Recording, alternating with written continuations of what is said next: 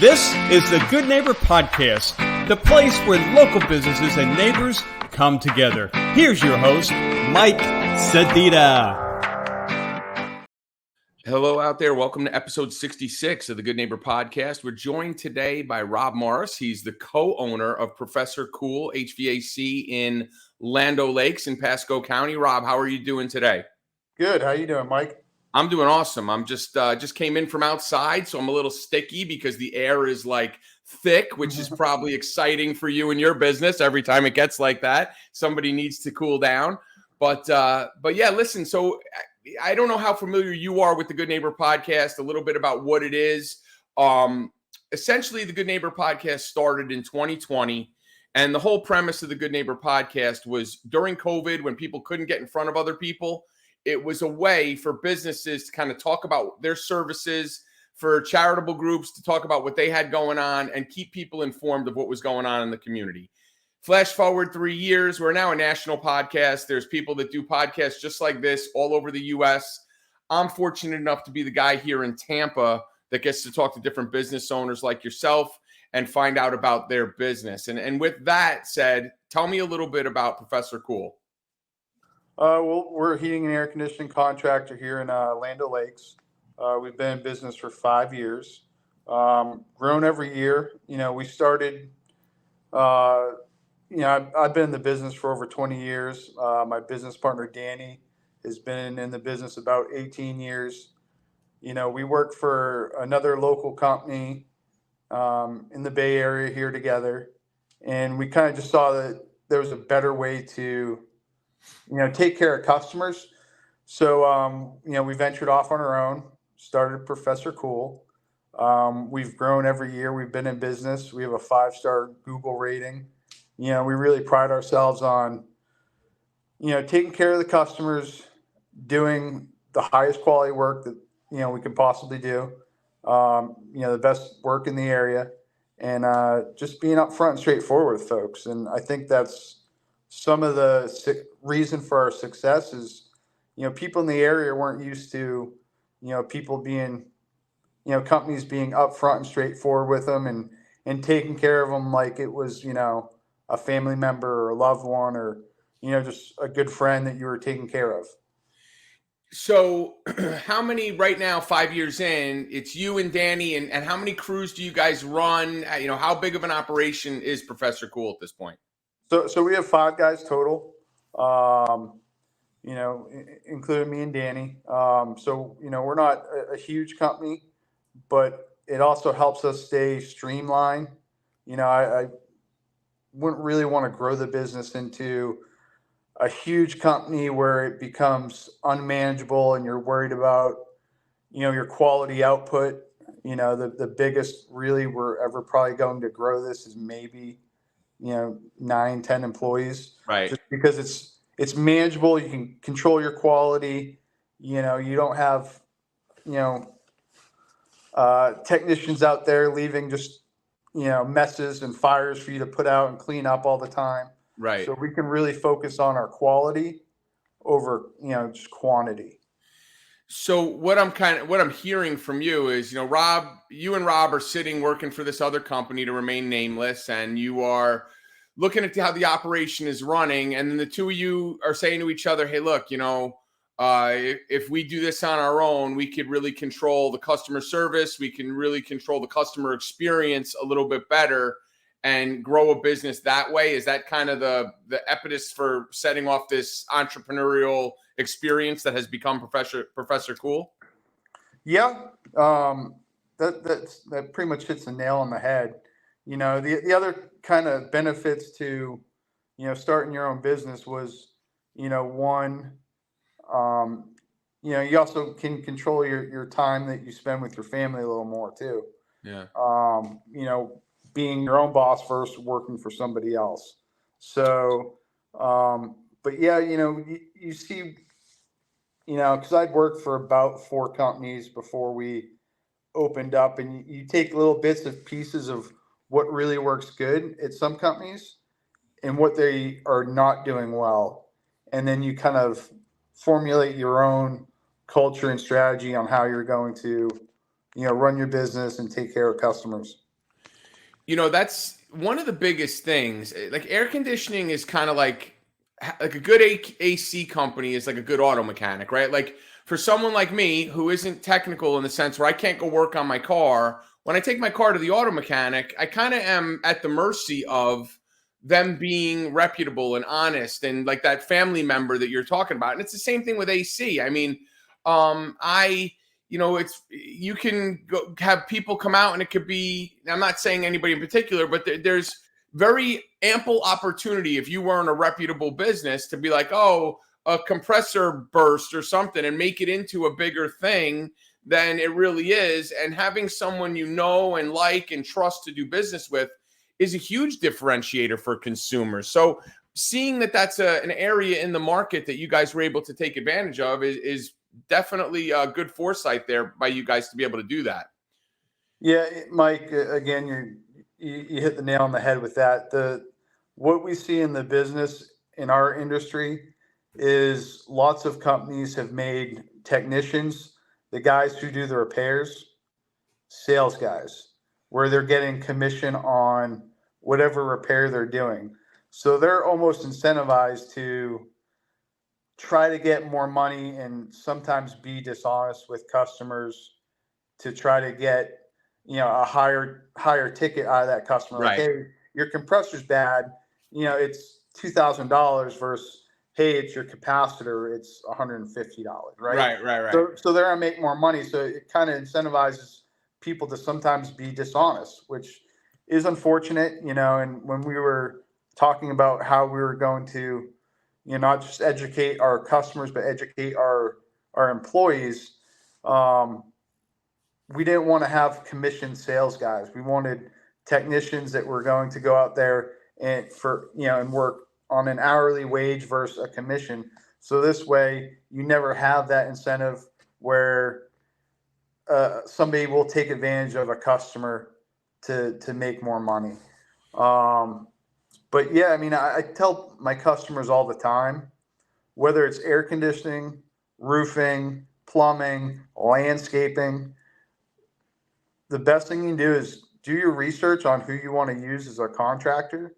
Read their bad reviews, because the bad reviews will tell you what type of company you're dealing with. Do they do low quality work? Are they dishonest? Do they overcharge? Now, everybody's going to get a bad review here or there, but if you're seeing multiple reviews about the same thing, you can something's off. If you're seeing that, there's some sort of inherent flaw in the way they operate their business. You can get an overall theme of, okay, this company doesn't stand behind their work.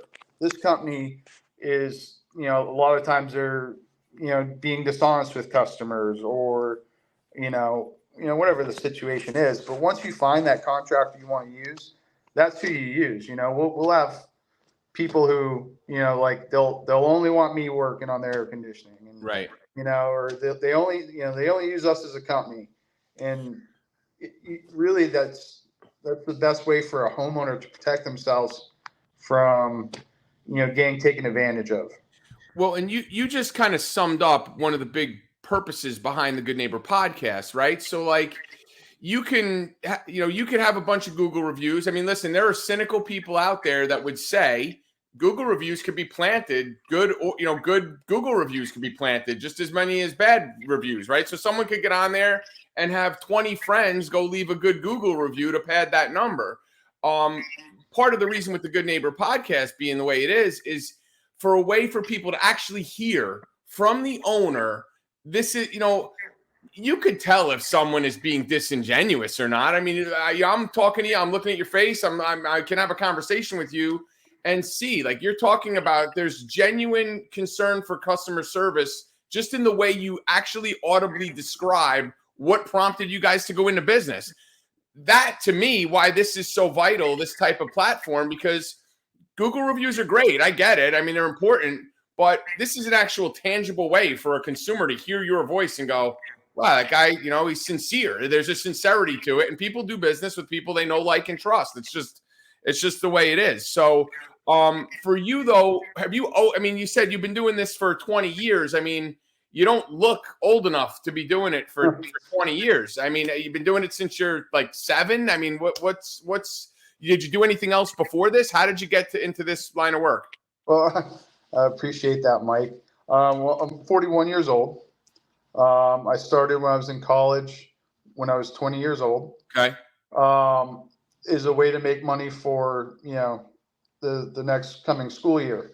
So, I did it every summer in college, up until I withdrew from college to help. My dad, he got cancer, so I withdrew from college to help them out financially and went back into heating and air conditioning. Right. And it was one of those things I just kept getting raise after raise after raise because, I picked it up quick. And, before you know it, AC is my profession, right? So you're making so much money, it's tough to walk away, right? It's like, I'm doing this, I'm good at it, and I'm making a good living. How can I just pick up and do something else? Yeah. So, I always enjoyed helping people too.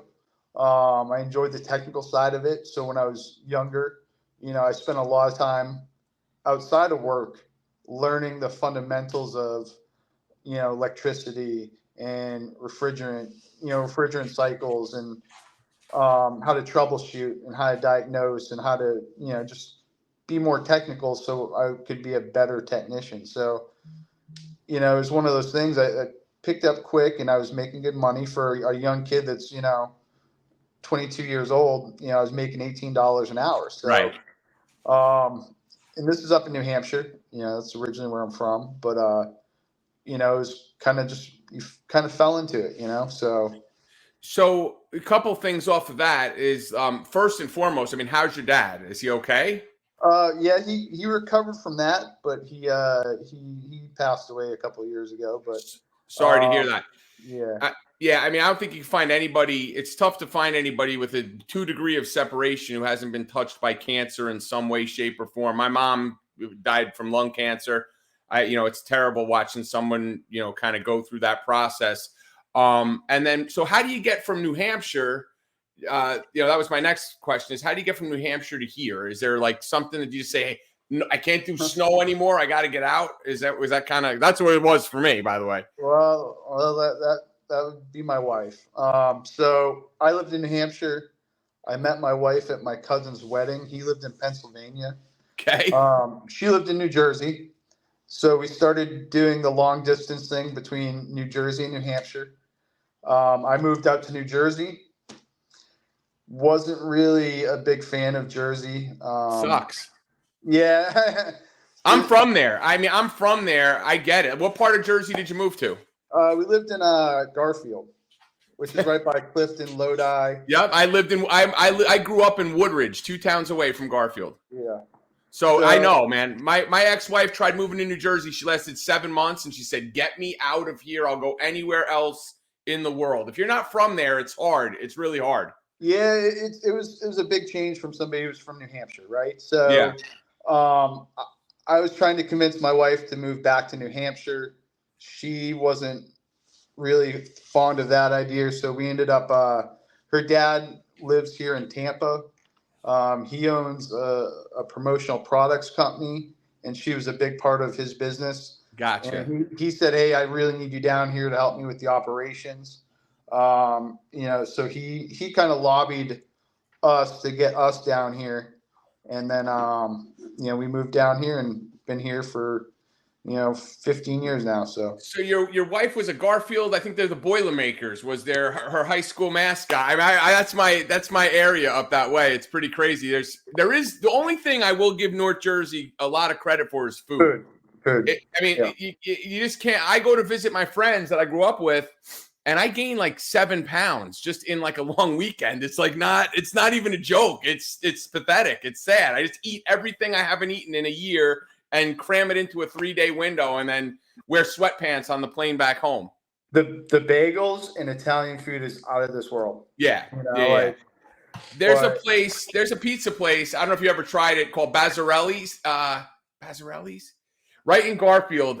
They made the best like thin pub pizza. It was so good. I mean, I used to do it on Friday nights with a buddy of mine. It's Bazzarelli's or Barcelona's. I can't remember which one it was. But yeah, there's every corner you go down. There's good food. There's good bagels. There's little hamburger joints and hot dog stands and diners that are open 24 hours. The food is great. It's just a friend of mine in Atlanta who's also from Fairlawn, which is right there. Yep. The joke we used to make, we lived in the middle of nowhere, Georgia. The two of us did, and he owned a breakfast joint. And the joke was, where we're from in North Jersey, everybody is so densely populated together. No one has any space to breathe. So everybody's always in a bad mood. And it just kind of steamrolls into that. It's just, especially from New Hampshire, where everybody's laid back, right? I mean, it's kind of chill. And then you go to New Jersey and everybody's like giving you the finger out their car and all kinds of crazy stuff. Yeah, it's New Hampshire's very rural, or it was back when I lived there. It's become a little more populated since I left, but you left your house unlocked, you left your door unlocked, you never right. Everybody's rude, it's different. So we've established your professionalism. We've established we both don't want to be in New Jersey to do anything but eat. What do you do for fun? Like, do you and your wife have kids? Do you guys, are you involved in their stuff? Or are you guys just out doing your thing? What do you do when you're not, fixing AC units and your wife's doing promotional stuff? So we have 3 kids. One's 13, the other one's 11, the other one's 6. The 2 oldest ones play softball, competitive softball. I coach on the oldest one's team. Danny, he has 1 son. He plays soccer, does karate, regular boy stuff. My girls play softball. The youngest one does dance. I coach the oldest one's team. And so they're all girls? You have 3 girls? Yeah, I got 3 girls. God bless you. Oh, man. And you have one that's a teenager, another one that's about to be a teenager. I don't see a lot of gray hair in that beard, but it's coming, man. It's if it's not there yet, it's coming in full force in the next 3 to 5 years. So expect it. Yeah. So you're doing a lot of traveling around. So if they're playing ball and they're doing that stuff, you're spending your weekends on the field, barking at the kids to cover a base and to hit the cutoff man. Yep. And on the weekends they got practice, or not on the weekends, but during the week in the evenings they got practice. So a lot of times I'm busy, either coaching or taking the other one to softball, and in between there, if I get some free time other than softball, I might go fishing, might go hunting. And then when you're up in Land O'Lakes, so if you're going fishing, are you doing that right there in that area? No, a lot of times I'll go out in the bay. So okay, I'll just trailer the boat down to Gandy and launch from there, and go out there and try to get on some redfish or snook or trout or tarpon or whatever's biting. Yeah, it's funny is I've never been a big fisherman. So I grew up in North Jersey. We had a house in Pennsylvania, and we had access to a lake, and we would go out and do that. It always just, like, when I was a teenager, I wasn't looking to relax on a lake. Maybe now it would be a little different, but as a teenager, I wanted to do other stuff.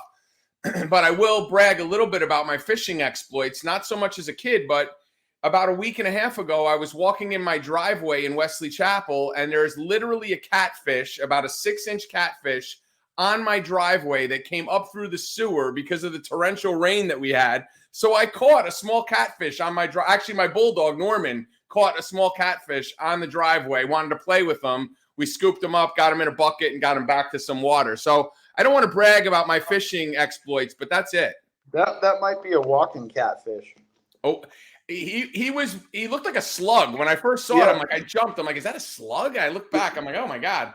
And then apparently, listen, I just found this out, Rob. Apparently that is a normal occurrence in the area. So we got him back to a water spot, and I think he's living his best life right now, doing something, eating off the bottom of the water. Till an osprey grabs him. Right. Well, that's what I thought it was originally. I thought maybe a bird had it in its mouth and kind of hit a little turbulence and it dropped. I had never seen a fish on a driveway. I mean, listen, the stuff we see in Florida. So then, of course, my first thought is, if a catfish can be slopping around in my driveway, there's no reason why a gator can't walk right up to my front door and knock on my door. So, Norman is pretty playful, but he would walk up to an alligator and be like, "Hey, buddy, nice teeth," and it's done. So, yeah, we live in a different climate, like being from the Northeast, you'll see things you'll never see up that way. Yeah. So let me ask you, one of the questions I like to ask people that come on the podcast, because it creates a level of relatability, because there's a lot of entrepreneurs that listen. There's a lot of families and consumers, homeowners that listen. In your life, I mean, other than your dad getting cancer and you having to shift gears, or that could be it. I mean, what's a big hardship or something that's kind of been an obstacle in your life where you've met the challenge and kind of come through the other side on top?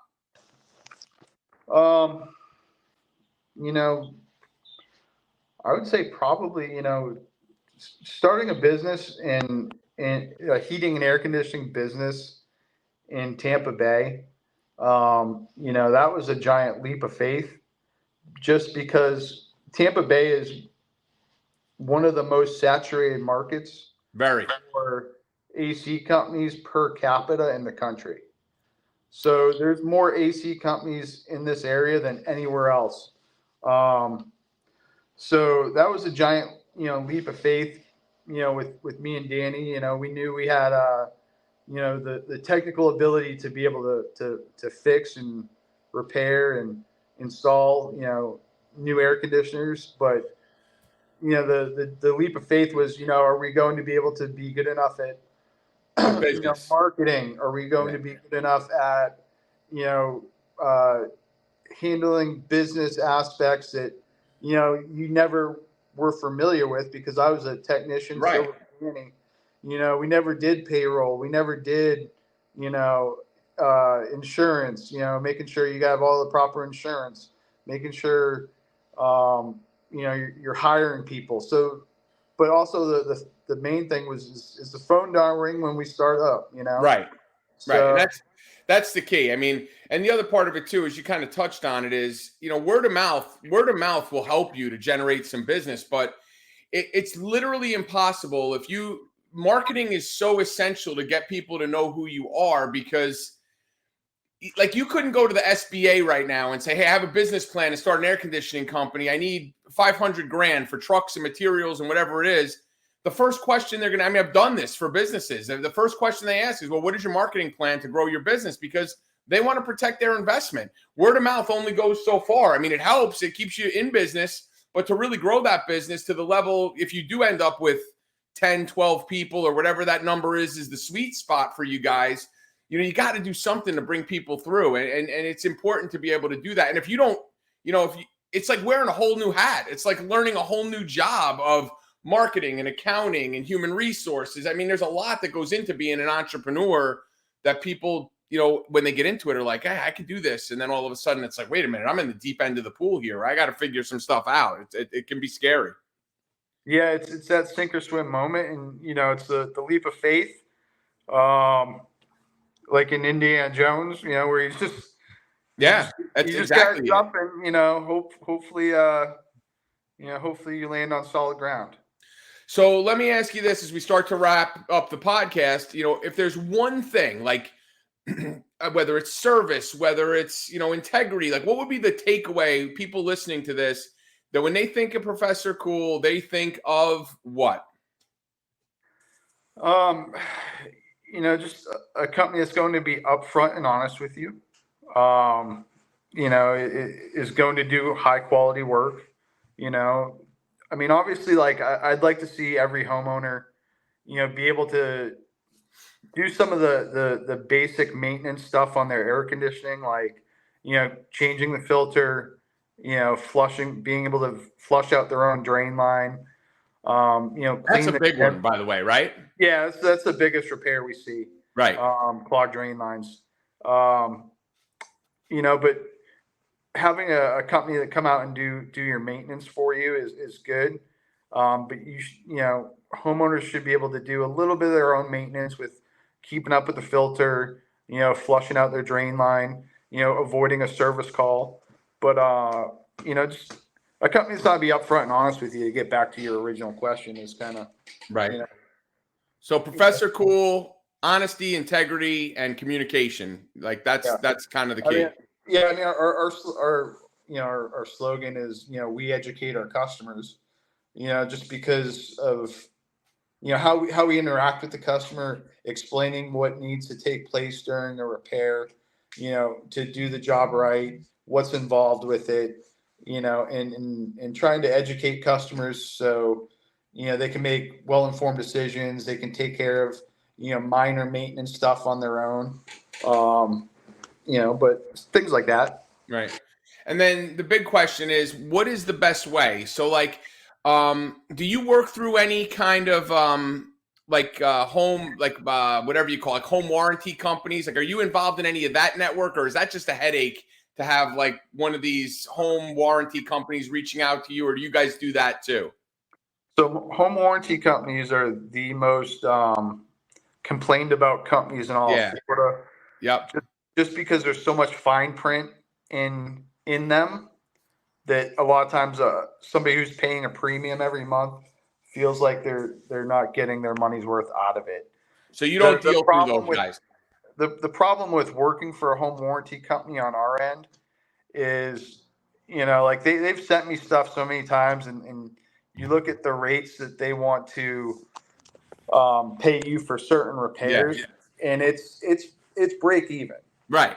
Like you're at best you're break even. So a lot of the good companies, you won't see them working for home warranty companies, right? Just because it's really the only companies that will normally hop on home warranties are the companies that aren't having people calling them directly, so they have to get them through a third party of, hey, I'm available, send me your home warranty, I'll go out and take a look at it. So we don't work through the home warranty company. So what is the best way to get you guys? Is it to go to your Facebook page and contact you through that? Is it a phone number, email? What's the best way if I need your service? I mean, our website, professor- the little minus sign, cool.com, or our phone number, look us up on, Google, our business line's 813-955-8813. But, normally calling, right? So calling, gets you, in touch with us faster than the website will, faster than a Facebook message will. If you're sitting in a hot house, you don't want to send an email and wait for a response through email. If it was me, I'd hop on the horn and be like, hey, my AC is not cooling. What's the quickest you can get somebody out here to help me out? Yeah, you're not sending a Raven from Winterfell if you're waiting for in a hot house in Tampa in the summertime, for sure. So, if you're listening to this podcast and you're looking for a, sort of like your neighbor, like your neighbor who is or your friend who's an AC guy who's going to shoot you straight and tell you if it's a compressor or if it's just I don't know, just a small component that's busted that you can replace straight way and not have to have that high repair if it's not needed, but also be straight with you and say, hey, your unit's getting up there. You might want to start to think about doing this, and also educate you and say, look, you need to start changing your filters and you need to start doing some sort of maintenance on your line. You need to really get a hold of Rob and Danny with Professor Cool. The best way, if you are in your house sweating right now, it's going to be 93 degrees today with probably 100% humidity, is 813-955-8813, or you can go to professor-cool.com. Rob Morris, thank you so much for being on the Good Neighbor podcast. We appreciate your time. I appreciate that. Quick thing, I think the website's Professor. I don't know if it's different from a dash or a hyphen, but it's the little minus sign.